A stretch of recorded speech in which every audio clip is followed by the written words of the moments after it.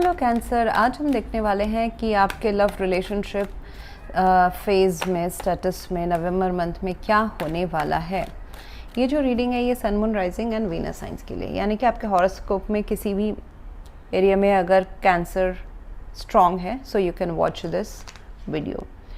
अगर आपको मेरा काम अच्छा लगता है you can consider subscribing to my channel. Subscribe करने के बाद में बेल नोटिफिकेशन ज़रूर ऑन रखें कैंसर, अदरवाइज़ मेरे वीडियोस आप तक पहुंचेंगे नहीं।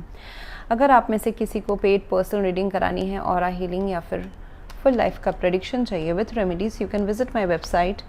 वहाँ पे आपको सारे डिटेल्स मेरे मिल जाएंगे बुक अपॉइंटमेंट्स वाले पेज में।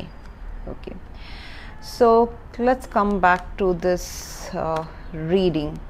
यहाँ पे मुझे दिखाई दे रहा है कैंसर दैट आप इस रिलेशनशिप काफ़ी अभी लवली, बबली, डबली वाले स्टेटस में है, जहाँ पे आप अपने जो भी इस रिलेशनशिप के अगेंस्ट में रूल कर रहा था, जो भी, जैसे कि अगर आपको अपने पर्सन से सपोर्ट नहीं मिल रहा था इस रिलेशनशिप में, एफर्ट्स, म्यूचुअल एफर्ट्स का, so I see that you are stopping that and you are focusing on yourself maybe.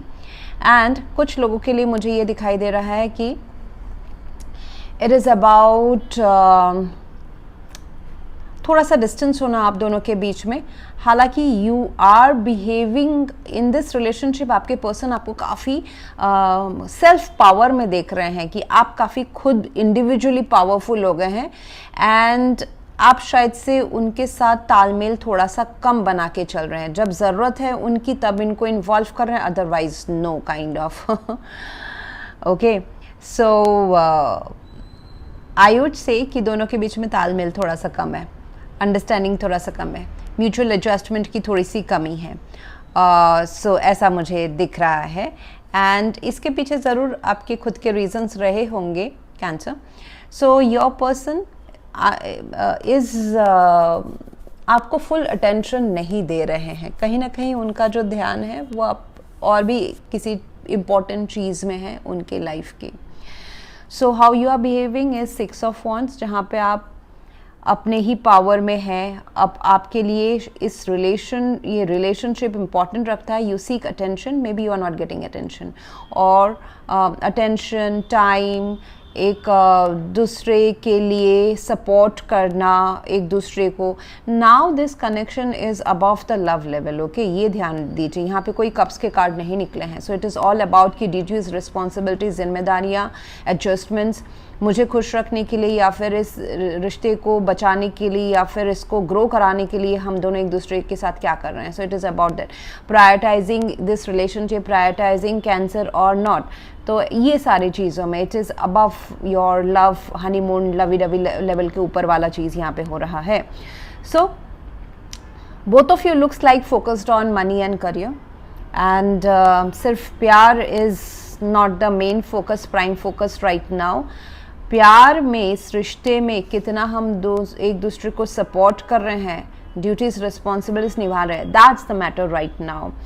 And आपके इंटेंशन है कि आपके साइड से अगर आप ओवरडू कर रहे थे इस रिलेशनशिप में, ओवर इन्वेस्ट कर रहे थे, फिर आप वो ख़त्म करना चाहते हैं। वन साइडेड रिलेशनशिप नहीं चलता है। You are realising that your person is not with you all the time, consistent effort नहीं है उनके साइड से।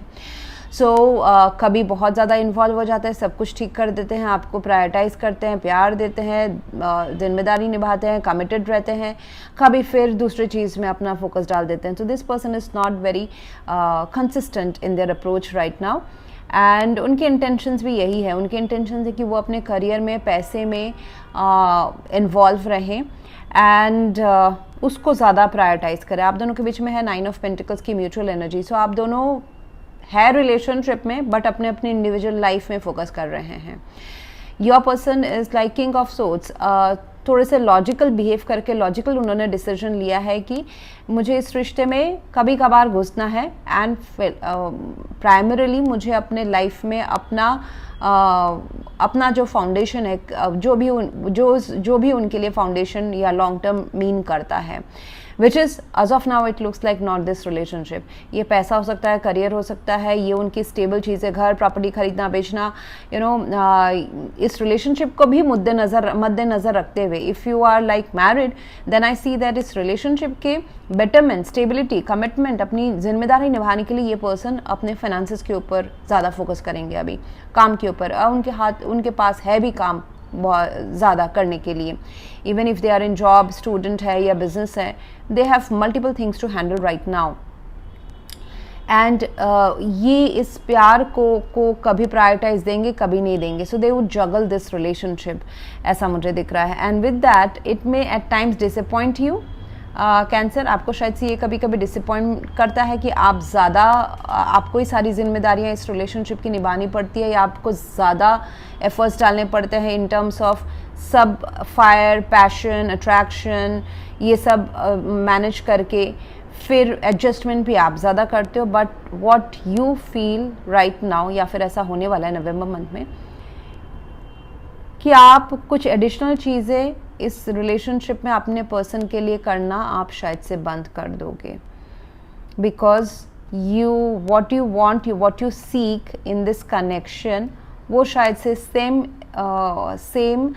लैंग्वेज ऑफ लव नहीं डिस्प्ले हो रहा है आपके पर्सन के साइड से।